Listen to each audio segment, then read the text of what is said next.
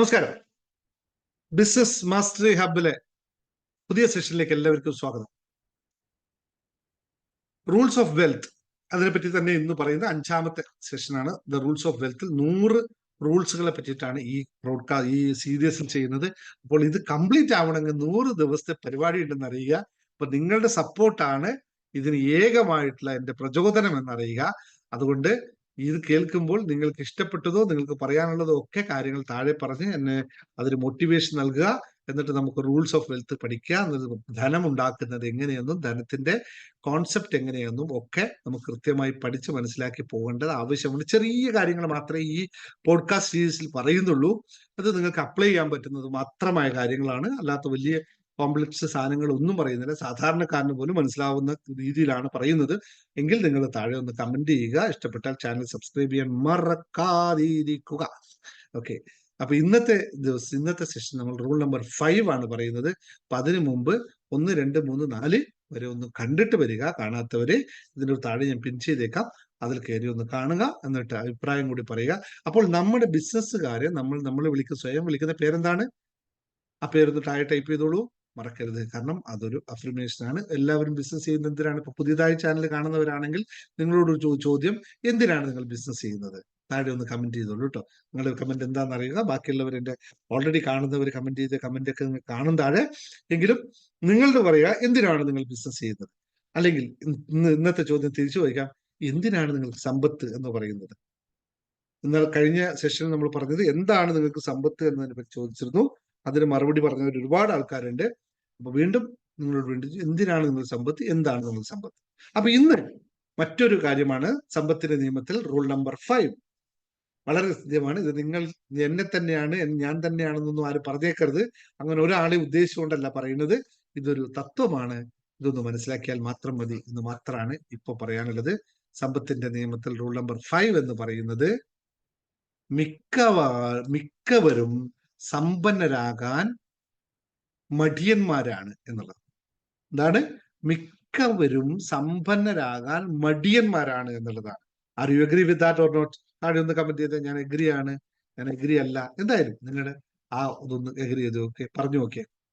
ഈ നിയമം പറയുന്നത് ഇങ്ങനെയാണ്: സമ്പത്തിനെ കുറിച്ച് സ്വപ്നം കാണുന്നവരിൽ പലരും അത് ഭാഗ്യത്താൽ അല്ലെങ്കിൽ അനായാസേനയായുള്ള വഴികൾ കൊണ്ട് ലഭിക്കുമെന്ന് വിശ്വസിക്കുന്നവരാണ്.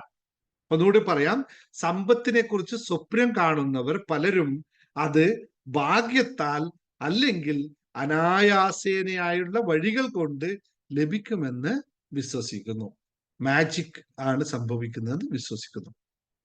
അതിൽ ചിലർ ലോട്ടറിയിൽ വിജയിക്കുമെന്ന് വിശ്വസിക്കുന്നു. അല്ലെങ്കിൽ പെട്ടെന്ന് എവിടുന്നെങ്കിലും പാരമ്പര്യമായിട്ടുള്ള സ്വത്ത് കിട്ടിയതിലൂടെ ഞാൻ സമ്പന്നരാകുമെന്ന് വിശ്വസിക്കുന്നു. എന്നാൽ മനസ്സിലാക്കേണ്ട ഏറ്റവും സത്യമായ കാര്യം, യാഥാർത്ഥ്യമായ കാര്യം എന്ന് പറയുന്നത്, ഇങ്ങനെ ഒന്നും സമ്പന്നനാവാൻ സാധിക്കില്ല എന്നുള്ളതാണ്. നിങ്ങൾക്ക് ഇത് വിശ്വസിക്കാം അല്ലെങ്കിൽ വിശ്വസിക്കാതിരിക്കാം.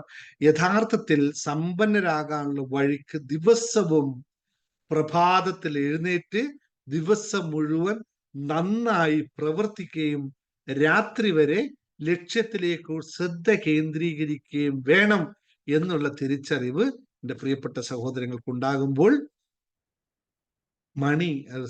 Wealth making is not a magic എന്ന് മനസ്സിലാക്കുക. ഇറ്റ്സ് എ ലോജിക്ക് തന്നെയാണ്. കാരണം കഠിനാധ്വാനവും ത്യാഗവും പഠനവും എന്നിവയില്ലാതെ സ്വപ്നം മാത്രം കാണുന്നവർക്ക് സമ്പത്ത് കൈവരിക്കാൻ സാധിക്കുകയില്ല എന്ന് മനസ്സിലാക്കുക. ലോകത്തിലെ പ്രശസ്തരായി ആരെ എടുത്തു കഴിഞ്ഞാലും ഇവർക്ക് ഇതെല്ലാം ഉദാഹരണമായിട്ട് പറയാം. ബിൽഗേറ്റ്സ് ആയിക്കഴിഞ്ഞോട്ടെ, റിച്ചാർഡ് ബ്രാൻസൺ ആയിക്കോട്ടെ, മുകേഷ് അംബാനി ആയിക്കോട്ടെ, വാരൻ ബഫറ്റ്സ് ആയിക്കോട്ടെ, അല്ലെങ്കിൽ XYZ, നിങ്ങൾക്ക് ഇപ്പൊ അദാനി ആയിക്കോട്ടെ, ഒക്കെ എല്ലാവരും വർക്ക് ചെയ്തിട്ട് തന്നെയാണ് കാശുണ്ടാക്കിയിട്ടുള്ളത്. ജീവിതത്തിൽ എല്ലാവർക്കും ഒരേ ഒരു കാര്യമേ ഉള്ളൂ: നേരത്തെ എഴുന്നേൽക്കുന്നു, നേരത്തെ വർക്ക് ചെയ്യുന്നു, മുൻകൂട്ടി പ്ലാനുകൾ തയ്യാറാക്കുന്നു, ഉയർന്ന തോതിൽ പരിശ്രമിക്കുന്നു, ഉയർന്ന തോതിൽ റിസൾട്ട് എടുക്കുന്നു എന്നുള്ള സത്യം മനസ്സിലാക്കുമ്പോൾ നമുക്കും സാധിക്കും ഇതൊക്കെ നേടാനായിട്ട്. സമ്പത്ത് ലഭിക്കാൻ സ്വപ്നം കാണുന്നത് ശരിയാണെങ്കിലും അതിന് ആവശ്യമായ ഡെയിലിയുള്ള പരിശ്രമങ്ങളും പഠനവും ത്യാഗവും ഒക്കെ ചെയ്യാൻ നമ്മൾ തയ്യാറായിരിക്കണം. ഇതാവാതിരിക്കുമ്പോൾ മാത്രമാണ് സ്വപ്നം സ്വപ്നമായി തന്നെ തുടരുകയും ലോ ഓഫ് അട്രാക്ഷൻ എപ്പോഴും പറയാണ്ട് ആസ്ക് ബിലീവ് റിസീവ് എന്ന് പറയുന്നത്. പക്ഷെ അതിൻ്റെ ഇടയിൽ ഇൻസ്പയർഡ് ആക്ഷൻ എന്ന വാക്കും കൂടി ചേർത്തിട്ടുണ്ട്. കഴിഞ്ഞ വീഡിയോയിൽ ഞാൻ പറഞ്ഞിരുന്നു അത്. ആ ഒരു ആക്ഷൻ കൂടി ഇല്ലെങ്കിൽ that's not going to happens. അപ്പൊ ചിലർക്കെങ്കിലും ഭാഗ്യം കൊണ്ടോ ലോട്ടറി വിജയിക്കുമെന്നോ ലോട്ടറി അടിക്കുമൊക്കെ ഉണ്ടാവാം. പക്ഷെ യഥാർത്ഥത്തിൽ അവരൊന്നും സമ്പന്നരായി നിലനിൽക്കാറില്ല എന്ന സത്യം മനസ്സിലാക്കുക.